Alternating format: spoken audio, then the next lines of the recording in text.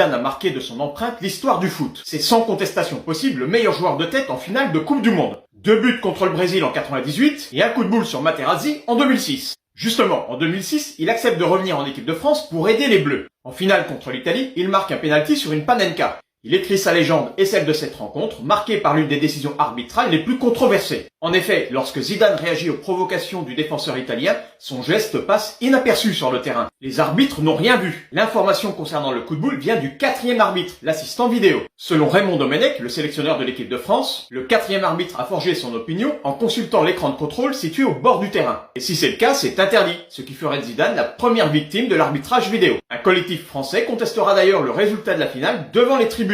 En vain.